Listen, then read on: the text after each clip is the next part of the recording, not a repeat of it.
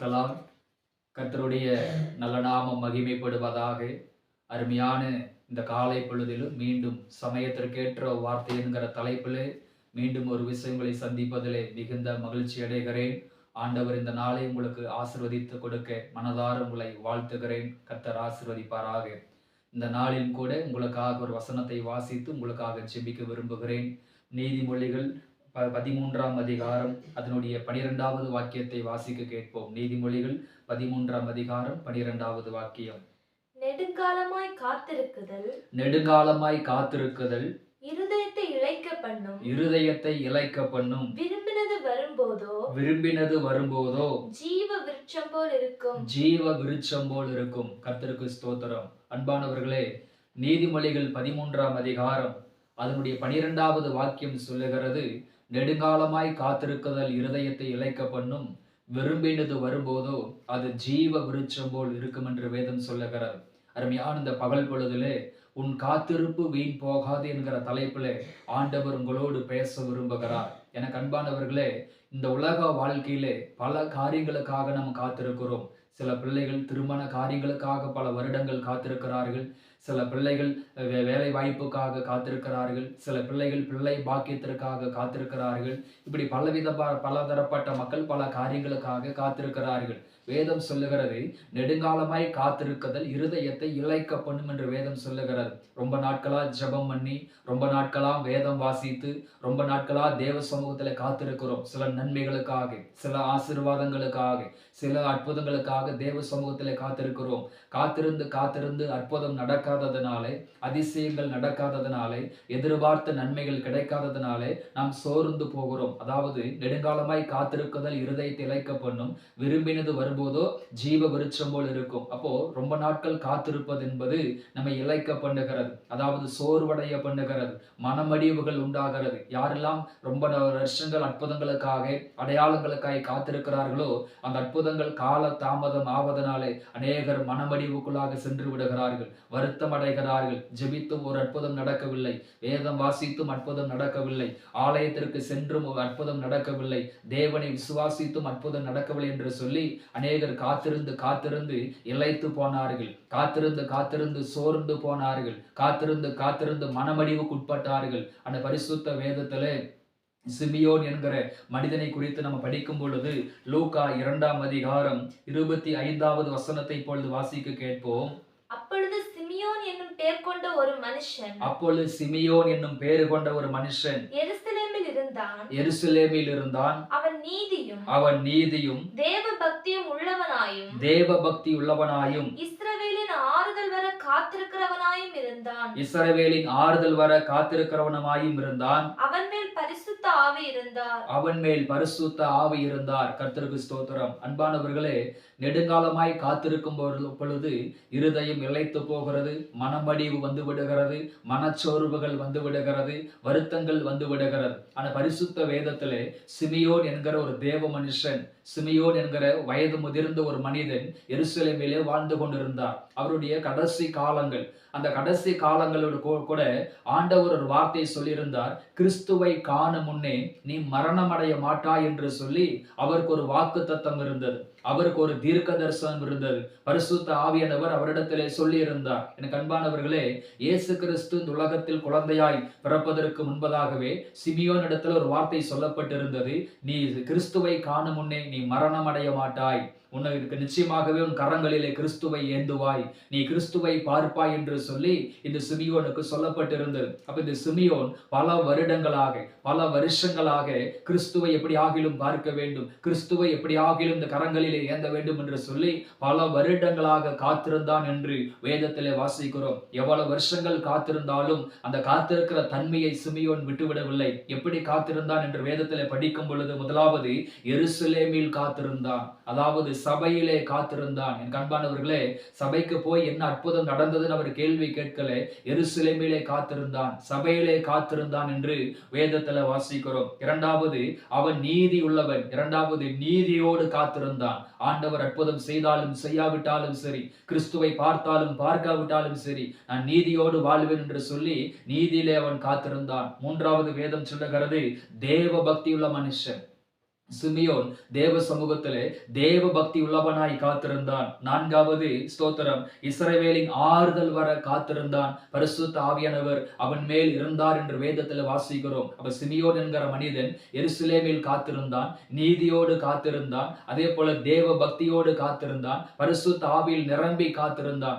இந்த 4 விதமான தன்மைகள் அவருக்குள் இருந்தாலும் கூட ஸ்தோத்திரம், ரொம்ப வருஷ காலமா கிறிஸ்துவை அவரால் பார்க்க முடியவில்லை. இப்படியே ஜெபித்துக் கொண்டு இருந்ததனாலே, இப்போ விசுவாசித்துக் கொண்டிருந்ததனாலே ஒரு நாள் பரிசுத்த ஆவியானவர் சிமியோனை ஏவ துவங்கினார் என்று வேதத்தில் வாசிக்கிறோம்.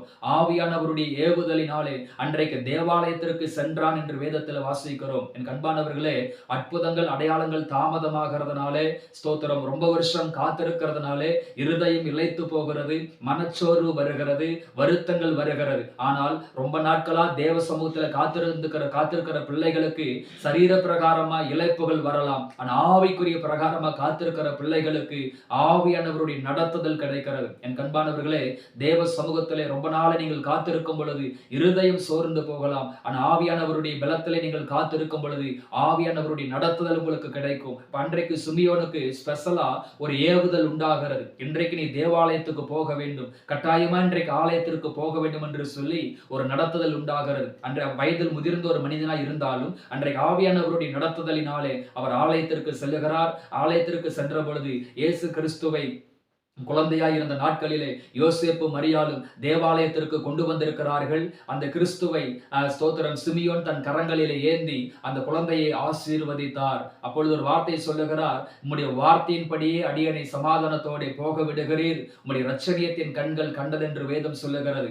எந்த வாக்கு தத்தத்திற்காக, எந்த தீர்க்க தரிசனத்திற்காக சிமியோன் பல வருஷங்கள் எருசலேமிலே காத்திருந்தாரோ, நீதியோடு காத்திருந்தாரோ, தேவ பக்தியோடு காத்திருந்தாரோ, அந்த கிறிஸ்துவை, அந்த குழந்தையை, அந்த நன்மையை கரங்களிலே ஏந்தி ஆசீர்வதித்தார் என்று வேதத்தில் வாசிக்கிறோம். அந்த குழந்தையை, அந்த நன்மையை கரங்களில் ஏந்தி ஆண்டவருக்கு நன்றி சொன்னார் என்று வேதத்தில் வாசிக்கிறோம். இந்த வார்த்தையை கேட்டுக்கொண்டிருக்கிற என் அன்பான தேவ பிள்ளைகளே, திருமணத்திற்காக பல வருடங்கள் காத்திருக்கலாம், பிள்ளை பாக்கியத்திற்காக பல வருடங்கள் காத்திருக்கலாம், வீட்டை கட்டுவதற்காக பல வருடங்கள் காத்திருக்கலாம், கடனை அடைப்பதற்காக பல வருடங்கள் காத்திருக்கலாம். உங்கள் குடும்பத்தில் சிலர் ரட்சிக்கப்படாததனாலே கணவருடைய ரட்சிப்புக்காக, மனைவியுடைய ரட்சிப்புக்காக, பிள்ளைகளுடைய ரட்சிப்புக்காக பல வருடங்கள் காத்திருக்கலாம். இன்னும் எந்தெந்த காரியங்களுக்காய் காத்திருக்கிறீர்களோ, ஒருவேளை நீங்கள் காத்திருப்பதனாலே இருதயம் சோர்ந்து போயிருக்கலாம், மனமடிவுகளை சந்தித்திருக்கலாம். ஆனால் ஆவிக்குரிய பிரகாரம் ஒரு நடத்துதல் கிடைக்கும். இன்றைக்கு பரிசுத்த ஆவியானவர் தெளிவாக சொல்லுகிறார், அன்றைக்கு சிமியோன் அந்த குழந்தையை, அந்த நன்மையை கரங்களில் ஏந்தி ஆண்டவருக்கு நன்றி சொன்னது போல, எந்த நன்மைக்காக தேவ சமூகத்தில் காத்திருக்கிறாயோ, எந்த அற்புதத்திற்காக தேவ சமூகத்தில் காத்திருக்கிறாயோ, எந்த அதிசயத்திற்காக தேவ சமூகத்தில் காத்திருக்கிறாயோ, அது உன் கண்கள் காணும், அது உன் கரங்களில் ஏந்தும். அந்த நன்மைக்காக நிச்சயமாக நீ நன்றி சொல்வாய். வேதம் சொல்லுகிறது, சமாதானத்தோடு நீ போக விடுகிறீர், உம்முடைய இரட்சணியத்தின் கண்கள் கண்டது என்று அவர் அழகாக சொல்லுகிறார். வாக்குத்தத்தம் நிறைவேறினதை சிமியோனுடைய கண்கள் கண்டது. அவர் பல வருஷங்களா கிறிஸ்துவை பார்க்க வேண்டும் என்று அவர் ஆசைப்பட்டிருந்தார். அந்த காத்திருந்தார். அந்த காத்திருப்பை கர்த்தர் நிறைவேற்றி கொடுத்தார். என் அன்பான தேவ பிள்ளைகளே, சிமியோன் கிறிஸ்துவை பார்க்க வேண்டும் என்று நெடுங்காலமாய் காத்திருந்தார். ஆனால் அந்த கிறிஸ்துவை கண்களால் பார்க்கும் பொழுது, கரங்களில் ஏந்துகிற பொழுது, அது அவருக்கு ஜீவ விருட்சம் போல் இருந்தது. அது அவருக்கு மகிழ்ச்சியை கொண்டு வந்தது. அது அவருக்கு சமாதானத்தை கொண்டு வந்தது. சிமியோன் சொல்லுகிறார், இப்போ நான் சமாதானத்தோட போகிறேன், இப்போ நான் சமாதானத்தோட போகிறேன், உம்முடைய வார்த்தையின் அடிப்படையிலே நான் போகிறேன் என்று சொல்லுகிறார். அப்ப சிமியோனுக்கு ஒரு அற்புதம் செய்த தெய்வம், சிமியோனுக்கு வாக்குத்தத்தத்தை நிறைவேற்றின தெய்வம், சிமியோனுக்கு தீர்க்க தரிசனத்தை நிறைவேற்றின தெய்வம். ஒருவேளை உங்கள் வாக்குத்தத்தங்கள் தாமதமாகலாம், உங்கள் தீர்க்க தரிசனங்கள் தாமதமாகலாம், உங்கள் சொப்பனங்களும் தரிசனங்களும் தாமதமாகி கொண்டே போகலாம். ஆண்டவர் சொல்லுகிறார், சொப்பனங்கள் சீக்கிரமாக நிறைவேறும், தரிசனங்கள் சீக்கிரமாக நிறைவேறும், வாக்குத்தத்தங்கள் சீக்கிரமாக நிறைவேறும். உன்னுடைய காத்திருப்பு ஒரு நாளும் வீண் போகாது என்று ஆண்டவர் சொல்லுகிறார். நிச்சயமாகவே முடிவுண்டு, உன் நம்பிக்கை வீண் போகாது. தைரியமா இருங்க. ஸ்தோத்திரம். சோர்ந்து போகாதீங்க, ஜெபத்தை விடாதீங்க, விசுவாசத்தை விடாதீங்க, ஆண்டவரை தேடுவதை நிறுத்தி விடாதீங்க. தொடர்ந்து காத்திருங்கள். ஆவியானவருடைய நடத்துதல் ஒரு நாள் வரும். அந்த நடத்துதல் நன்மைக்கு ஏதுவாக உங்களை கொண்டு போகும், அற்புதங்களுக்கு ஏதுவாக கொண்டு போகும் என்று சொல்லி மனதார உங்களை வாழ்த்துகிறேன். ஆண்டவர் உங்களை ஆசீர்வதிப்பாராக. கண்களை மூடி ஜெபிப்போம். அன்பின் பரலோக பிதாவே, ஆசீர்வாதமான இந்த பகல் வேலைக்காக நன்றி சொல்லுகிறோம். நெடுங்காலமாய் காத்திருக்குதல் இருதயத்தை இளைக்க பண்ணும், விரும்பினது வரும்போதோ அது ஜீவ விருட்சம் போல் இருக்கும் என்கிற வார்த்தை கேட்பே. இந்த வார்த்தையை கேட்டுக்கொண்டிருக்கிற பிள்ளைகள் சிமியோனை போல வாக்குத்தத்தத்தினுடைய நிறைவேறுதலுக்காக, தீர்க்க தரிசனத்தின் நிறைவேறுதலுக்காக, பிள்ளை பாக்கியத்திற்காக, திருமண காரியத்திற்காக, வீட்டை கட்டுவதற்காக, வேலைக்காக இந்த பிள்ளைகள் காத்திருக்கலாம். எந்த காரியத்திற்காக இந்த பிள்ளைகள் பல வருடங்கள் காத்திருக்கிறார்களோ அந்த காத்திருப்பு வீணாய் போகாதபடி அந்த காத்திருப்பை கர்த்தர் நிறைவேற்றும்படியாக ஜெபிக்கிற ஆண்டவரே, ஸ்தோத்திரம் ஸ்தோத்திரம். அற்புதம் நடந்தாலும் நடக்காவிட்டாலும் நான் ஆண்டவரை ஆராதிப்பதை நிறுத்த மாட்டேன் என்று சொல்லி உம்முடைய நாமத்தின் மேல் பக்தி வைராக்கியம் உள்ள பிள்ளைகளுக்கு கர்த்தர் அற்புதங்களை செய்வராக. யாருடைய ரட்சிப்புக்காக பல வருடங்கள் காத்திருக்கிறார்களோ அவர்களின் தாண்டில் ரட்சிக்கப்படுகிறதை இவர்களுடைய கண்கள் காணும்படியாக ஜெபிக்கிறேன். வீட்டை கட்டுவதை உங்க கண்கள் காணட்டும், திருமணம் நடக்கிறதை உங்க கண்கள் காணட்டும், பிள்ளை பாக்கியம் உண்டாகிறதை உங்க கண்கள் காணட்டும். எப்படி கிறிஸ்துவை சிமியோன் கரங்களில் ஏந்தி அந்த நன்மையை கண்டாரோ, எந்த நன்மைக்காய் காத்திருக்கிறார்களோ அந்த நன்மையை கண்கள் காணட்டும், கரங்களில் ஏந்தட்டும் என்று சொல்லி நான் மனதார வாழ்த்தி ஜெபிக்கிறேன். இந்த நாள் இவர்களுக்கு ஆசீர்வாதமாய் இருப்பதாக. எல்லாவற்றையும் பொறுப்படுத்திக் கொள்ளும், முன் செல்லும் கோணலானவைகளை சபையாக்கும் இயேசுவின் நாமத்தில் பிதாவே, ஆமென் ஆமென். கிறிஸ்துவுக்குள் பிரியமானவர்களே, இந்த வார்த்தைகளின் அடிப்படையிலே ஆண்டவர் உங்களை ஆசீர்வதிப்பாராக. God bless you.